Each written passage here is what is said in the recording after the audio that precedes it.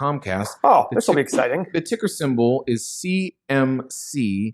Is that correct, Paul? CMCSA? Yep. Comcast is an American telecommunications conglomerate headquartered in Philadelphia, founded in 1963, and they have many subsidiaries: NBC Universal, Comcast Business, NBC, Xfinity, yada, yada, yada. What's the radio station at NBC? WNBC.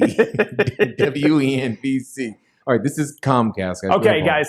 Much easier for me to look at. $260 billion market cap, a PE of 22, so it's an X right now, and 11% profit margin, check there. Very high gross margin, what's expected, because if you think about it, every extra subscription they sell probably doesn't cost them much money at all. Probably costs them, subscription rights and things like that.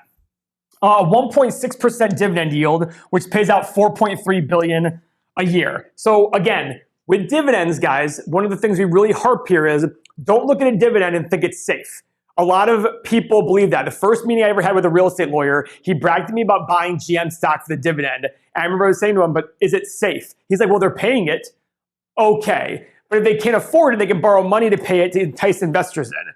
So what we're going to do is we're going to look at the free cash flow statement and see if that dividend yield can be supported by free cash flow. So 1X and 1 check so far, Uncle Seth. Okay. Pillar number 3 is revenue growth over the past 5 years, not 15. 82 billion to 104, check mark. Now, one thing I'll say, these are cable companies. They make acquisitions all the time. I want to see how much of this growth is internal and how much organic growth and how much of that's from acquisitions. Because obviously, you don't want to value acquisition growth as much. Okay. Pillar number 4 is profit growth. 9.12. 11.7, check mark there. So definite growth there. How about shares outstanding, which is pillar number 5? All right. 4.75 billion down to 4.59, another check mark. Not a ton of buyback, but it's better than issuing more shares. How about pillar number 6, which is current assets over current liabilities? Current assets about 30 billion. Current liabilities it's still a negative. It's an X, but it's barely an X. Why do we look at current assets over liabilities, Paul? We want to we're going to change this metric, by the way, to more debt to revenue or debt to EBITDA or debt to market, some sort of ratio like that. But right now, I used to look at it and say, do they even have enough cash on hand to pay their current bills? That seemed to me like but about 1/3 of companies don't.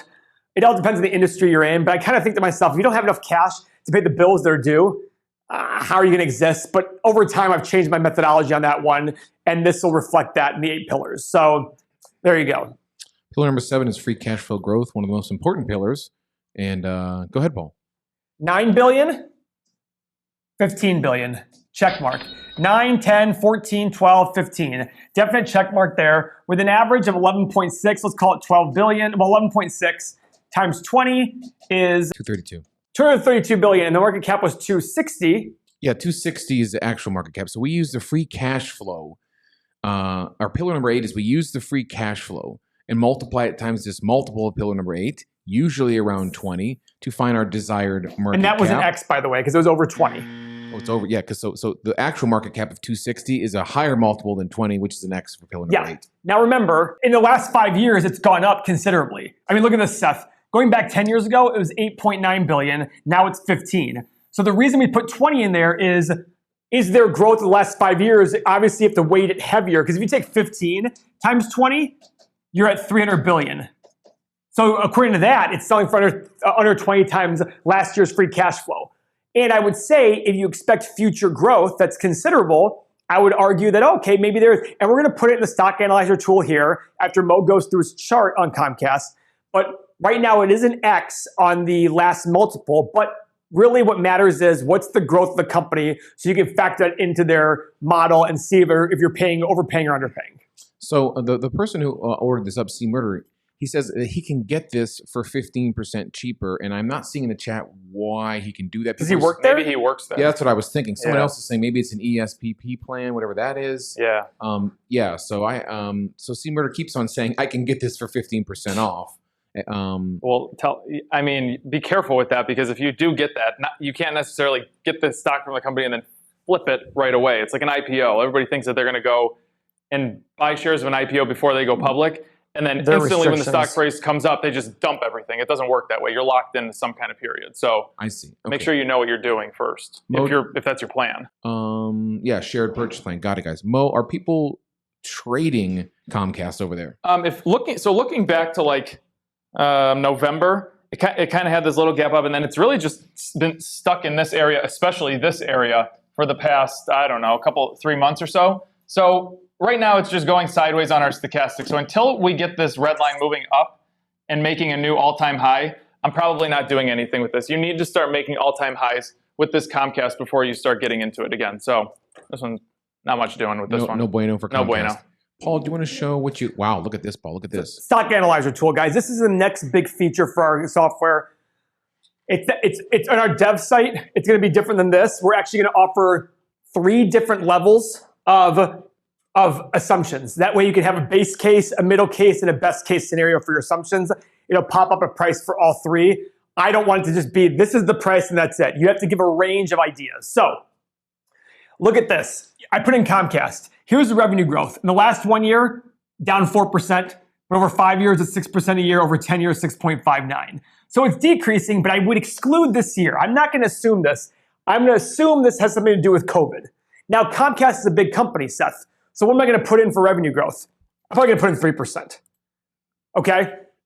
Shares. They issued shares last year, but previously they were buying shares back. I'm going to conservatively call it they're buying back 1% a year. Net present value. This is what return do you want on your investment, okay? The market does about 10%, so I'm going to put 10% in there.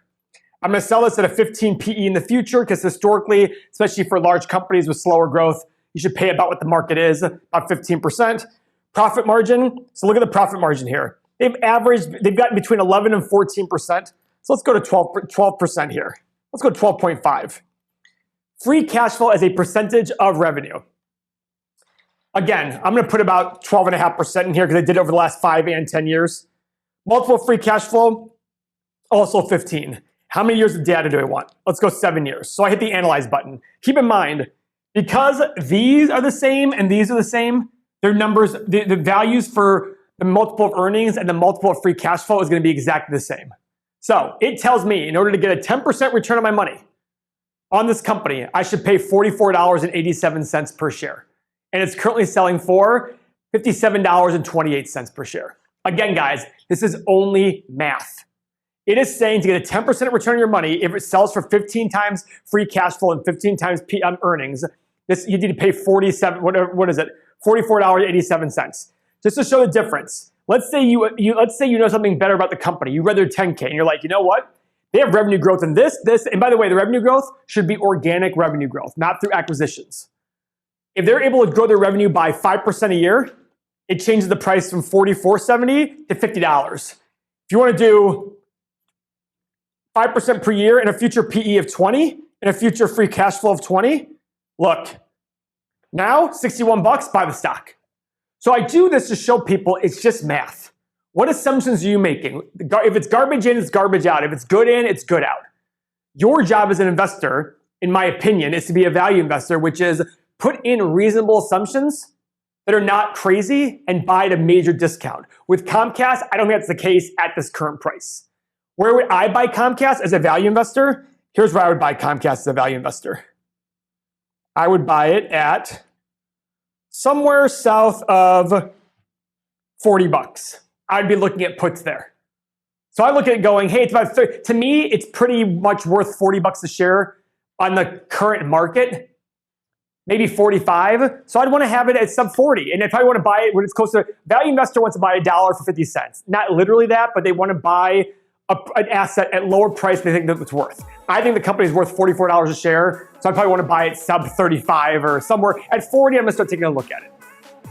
What do you guys think? That's our take on Comcast, right, Paul? Yep.